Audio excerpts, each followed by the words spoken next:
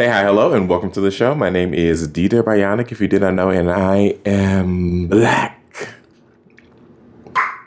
with another movie review video.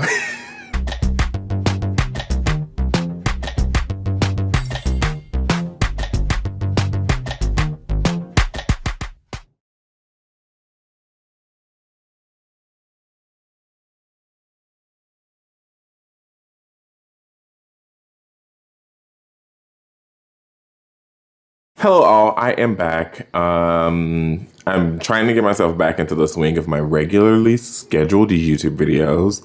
I hope you have enjoyed not seeing my face. Just kidding. So I'm back with a movie review. I haven't reviewed a movie in a while, though I have continued to watch films. I love movies. We all know this. So a couple days ago was my mom's birthday. Happy birthday. She's the sweetest, absolutely most gorgeous woman in the world, and I adore her. She's my favorite person on the planet Earth. And I took her to the movies on her birthday on Tuesday to see Insidious: The Red Door. Now, listen. Let me get my stuff queued up because, you know, my mom and I went to see the very first Insidious film together. We may have even seen the second one in the theaters together. I'm not certain. We all know that the quality of the Insidious films can be hit or miss. The first two are really, really good. The first one especially gave me actually gave me nightmares. And I wasn't like a child seeing this movie. I was in my late teens and it gave me nightmares, honey. It scared the crap out of me. And so I was really excited to see this final installment in the Insidious franchise. I think that's what I've been seeing everything say. It was quite good. I must be honest. It was quite good. I've been hearing some things online that it was not very good. I don't know what movie they were watching, but the movie that I watched with my mother in the movie theater was quite good. I do have a few critiques now that it's been a couple days and I've kind of been able to let the film sit in my spirit. But before we get into the review of this movie, I want to thank you all for being here. Make sure that you like, comment, subscribe, and hit the notification bell so you get a notification every single time I post a video. I post twice a week, Monday being Mental Health Chat Monday, and some other random day in the middle of the week being a movie review or a DIY video. I've got a couple things coming down the pipeline. So if you like all that kind of stuff, stick around with me, hit the like button, subscribe, comment, all that good stuff. And let's get on. We're on a road to 1,000 subscribers. We are pushing every day. We get closer and closer. Every month, really, we get closer and closer. But we're getting closer and closer and closer. And consistency is key. So I'm here. I'm ready to review. So let's get into the video. Film stars, obviously, if you don't know this, Insidious is in the Conjuring franchise. Like, I think all these movies they are all connected. It's all a universe. It's like the Marvel movies, but kind of better. And so our homeboy Patrick Wilson plays Josh Lambert. He's been playing the dad in all these movies, kind of the main character. Ty Simpkins is Dalton, and I'm pretty sure that's the same kid that has been playing him throughout all the films. I'm just gonna open this up real quick. He's been him in all these movies. Oh, he was in The Whale. Ty Simpkins is playing Dalton. And at this point in this movie, we are 10 years removed, I believe, from the events of the original movie. And I didn't see the fourth film. I think this is the fifth film. I didn't see Insidious: The Last Key. I have no idea what happened in that movie. And I don't know what got us from there to here. But I do know that in the first movie, we find out that, you know, Dalton and Josh can both astral project, and that's how they, you know, their spirits slipped away from them and allowed these other entities to slip into their body. So they had those memories suppressed the same way Josh did when he was a kid. His mom had his memory suppressed. They had the memory suppressed. And in the beginning of this film, those memories are starting to come back because Josh's mom, Dalton's grandmother, has passed away. We start the movie with her funeral. And I gotta say, I think maybe I need to go back and see Insidious: The Last Key to kind of tie it together. This is one of my critiques. I thought the acting in the film was fabulous. I thought everybody did a really great job. But I feel like the story, the pace was a little off. It started a little slow and then it picked up really fast and got us to the conclusion. This film's only like an hour and 46 minutes, I believe. And it's sitting at, where's my IMDb? There we go. It's sitting at a 6 on IMDb. I'm not at my rating yet. Yeah, this is a terrifying conclusion. And I think it was a great conclusion. So we start off with Dalton's about to go to college. We start with the mom's funeral, not Rose Byrne's character, Josh's mom. We start off with her funeral. We find out that Josh and what's Rose Byrne's character's name? Renee are separated. They have been separated for a while, and Dalton is like moody teenager. He's getting ready to go off to college, and the baby, who I completely forgot about, is like a child now. Like, is grown up enough to say words and like be a person.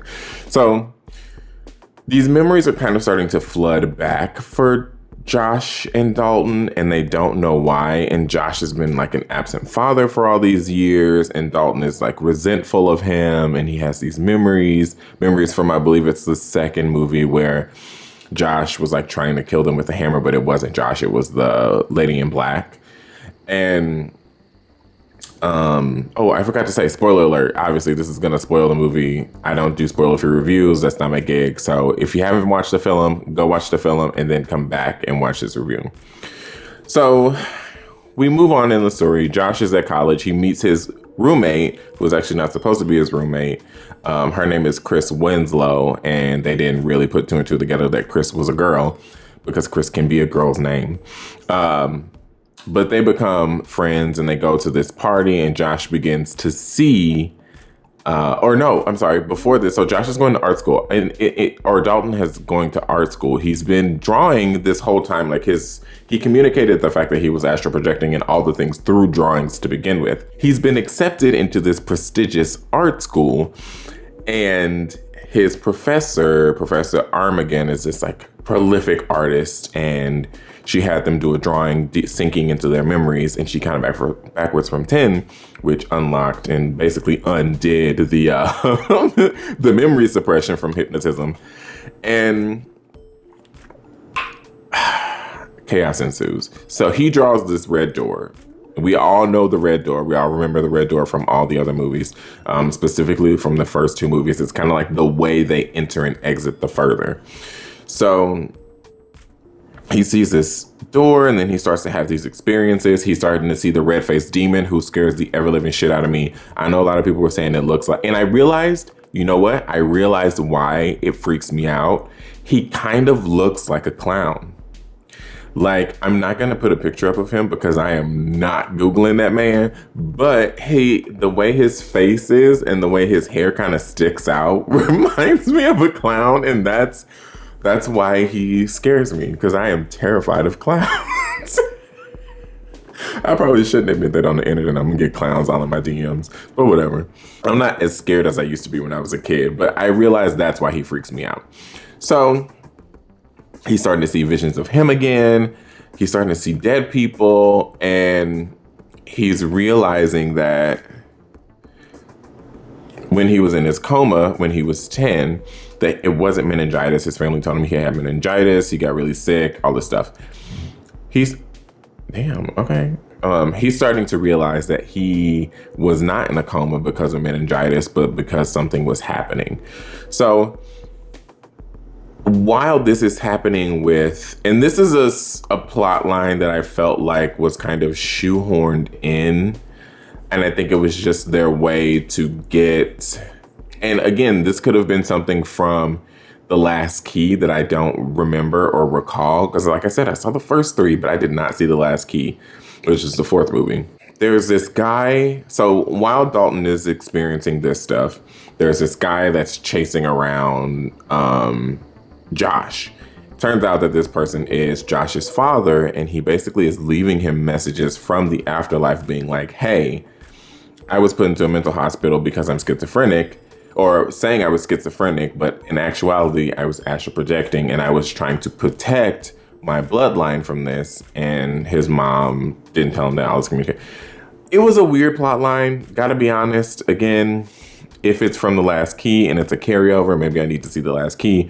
But for me, it didn't really make sense to all of a sudden resolve this issue that Josh had been having with his dad. I can't remember in any point in any of the movies his mom being like, well, your dad was a great person, or your dad was this, or like, it just, nothing in my memory, and maybe I should go back and rewatch the entire series, but nothing really made that a relevant point for me to be wrapped up in this final series. So that happened. It was cool. It was cool to see, like, they have this thing, this big, not battle really, but like Josh is trying to protect Dalton in the further.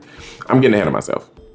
So Dalton is struggling at college with seeing visions of dead people and like astral projecting and remembering that he can do it. Josh is getting himself checked out. He went to the doctor and like fell asleep and started seeing things and astral projecting. And at no point do they, because their relationship is strained. So it makes sense from a relationship standpoint that they at no point like, hey, I've been having this weird thing happening. Whoa, I've been having this weird thing happening too. What's going on? After Josh is like essentially attacked by his father's ghost, which he doesn't know is his father at this point, he goes to Renee, Rose Byrne's character, and he's like, what the hell is going on? So she tells him everything. And it is at this point that Dalton has resigned himself to be like, I have to go and find what's happening in the further. I have to go there and figure out what's happening. So rolling back just a little bit, they go to this college party. Dalton and Chris is played by Sinclair Daniel, fabulous performer. I really enjoyed her character. I wish that character had been in previous movies. I wish there was a connection. Randomly thrown in character. Again, could be from The Last Key, but completely randomly thrown in character for me. I had no idea who she was or her relevance to the story. Really, she did not have much relevance to the story. She just kind of was there to be Josh's or Dalton's friend.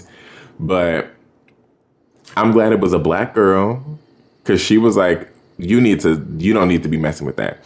So they go to this house party. This is where Josh sees the dead kid for the first time. Or a dead kid for the first time again. And he tells Chris about it, and she's like, whoa, that's crazy. And then she goes and does research, and she finds the investigators. Who are they? What were their names?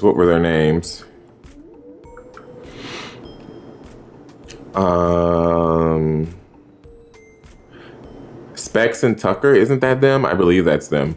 That were working with Elise, who were doing paranormal research, and they were talking about astral projection. And then he finds a video of Elise, and it's like she's talking directly to him, because we know Elise is powerful. She can do anything. She is a very, very powerful woman. So he sees this video and he's like, I gotta go back into the further. So he goes back to the college. They go back to the dorm where they had the frat party. Chris goes with him. He's astral projecting. Chris gets hurt in the real world through the spiritual world by this red-faced demon. And are they calling him the lipstick demon? Like, what is his name? I need to know the name of the person. I think he's CGI anyway. Oh, Patrick Wilson directed this. Huh. That's incredible. I didn't realize that he directed it. He did a fabulous job, and this is his directorial debut, apparently. Yeah, they're calling him the lipstick face demon. That's fucking weird, bro. What? That's weird. Anyway, so the lipstick face, I don't like it. Red face is killing, or almost kills Chris through the astral world, through the further in the real world. It's a wild moment. And she's like, after that, she's like, I'm not playing around with this no more. You got me messed up. But she ends up going back to help him out again, which is a very sweet moment and not uncharacteristic of this character. She developed this relationship with him, this friendship, this kinship, and she helped protect him, and it was great. So he's in the further. So flash forward, she tells him not to do it anymore. He's like, I gotta figure it out. He goes into the further. The red-faced demon ends up getting into his body, and he is chained up again, just like he was in the first movie. His dad goes looking for him, and his dad finds him. They're being chased by Redface, and his dad ends up being, they get through the red door. Dalton is like scared, and he's realizing that his dad wasn't trying to kill him in that moment. Him and his brother, he realizes that it was the woman in black. And he's like, holy shit, he's having this realization all this time. My dad wasn't a bad person. He actually saved me. He saved my life. Josh resigns himself to stay in the further and keep the door blocked from Redface. And Dalton goes back into his body, into the real world, and so he still has the painting, the drawing that he did of the red door, and starts to paint over it. And in the further, there's paint dripping down, and Josh is like, oh my God, Dalton is saving my life. And so he paints the door over, and it's this really beautiful climactic moment. Josh comes back. Dalton calls his mom. They realize that they are both back. They are both themselves and not demons. And then in the end, Josh comes to visit Dalton at college. He finishes painting, and it's a scene from the beginning of the movie where Josh is saving Dalton with the lantern in the first movie. Great. I surmised that entire movie in less than 18 minutes. I only know that because of the timer on my clock. Now let's get into some thoughts about the movie. So that's the synopsis. That's essentially what happens in the entire film. It's a lot of what's going on. Why am I having these strange feelings? For me, I feel like we maybe got to the resolution a little too fast. I don't very often ask for a movie to be longer, but I feel like there could have been more in the story about Josh and his dad, more connection between Josh and Dalton. We maybe even could have thrown the little brother into it a little bit more because he has memories. And,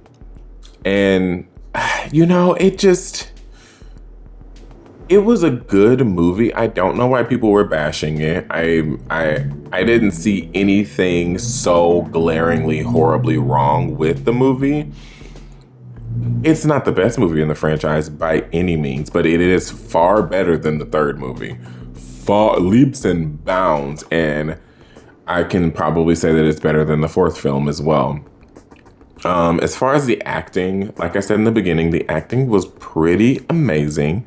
Patrick Wilson always does a fabulous job. This kid, Ty Simpkins, who has grown up with this franchise, did a great job closing it out as Dalton. Rose Byrne didn't really have much to do in the movie or in the film. She was just kind of there. She did fine. Sinclair Daniel playing Chris Winslow, was great. Absolutely loved her character, her characterization. She is somebody I would have been friends with in college. Like, she would have been my girl. We would have been homegirls. We see Professor Armagan only a little bit. She's here and there, pops in and out. Hayam Abbas, I hope I'm saying that correctly. Great. She definitely gave that hardcore art teacher vibe 100% down. Foster, Andrew Astor, did a great job. He was only in the movie for a little bit. And, honestly, I could go on with some of the other stuff, but those are the main players in the movie. All in all, I liked it. I really did enjoy this final chapter of the Insidious franchise. I thought they did a great job telling the story.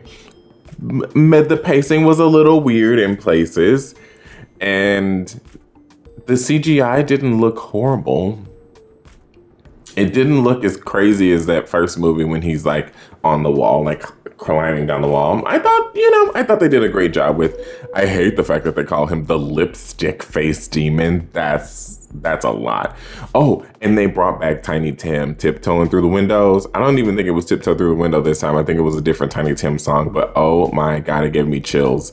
I really enjoyed it. I think this franchise is great, even for all its misgivings. It's a pretty fun, they're fun movies. They're not meant to be taken seriously unless you have astral projected. Then it gets a little scary. But all in all, I give this movie, I'll give it 7 lipstick demons out of 10. It wasn't perfect by any means. It wasn't like the best movie I've seen this year, but it was still pretty good. I would watch it again. I would absolutely watch it again. All right, y'all, that's it for this video. That's all I got for you. Thank you so much for tuning in to another movie review. I'll be back next week with yet another film. I saw 2 movies in the same day because, like I said, I love watching movies. So I'll be back with another movie review next week. Again, make sure to like, comment, subscribe. Get me over that 1,000 mark, please and thank you. 1,200 is the goal, but 1,000 is like a little soft goal, okay? Once we hit 1,000, 12,000 will be easy from there, okay? Make sure to like, comment, subscribe, hit the notification bell to get a notification every single time I post a video. I post twice a week. Make sure you're checking out Mental Health Chat Monday and that you are listening to my music, streaming my music everywhere. My latest single, Melanin, featuring Lana J, just came out on Juneteenth. It's been out for exactly a month. Oh my God, my baby is a month old. If you would like to support the channel, make sure you shop Lunar Tide's hair color to get a beautiful, it's time for a touch up. I'm thinking of going back to green. I don't know. The purple has definitely been a vibe, but I'm feeling my green fantasy. So next time you see me, I might have a different color beard. Who knows? But yeah, make sure you shop Lunar Tide's hair color using the link down below or my discount code to get a little bit of money off. It goes to directly support this channel and this artist. Thank you all so very much for tuning in, and I will see you next week. Bye, y'all.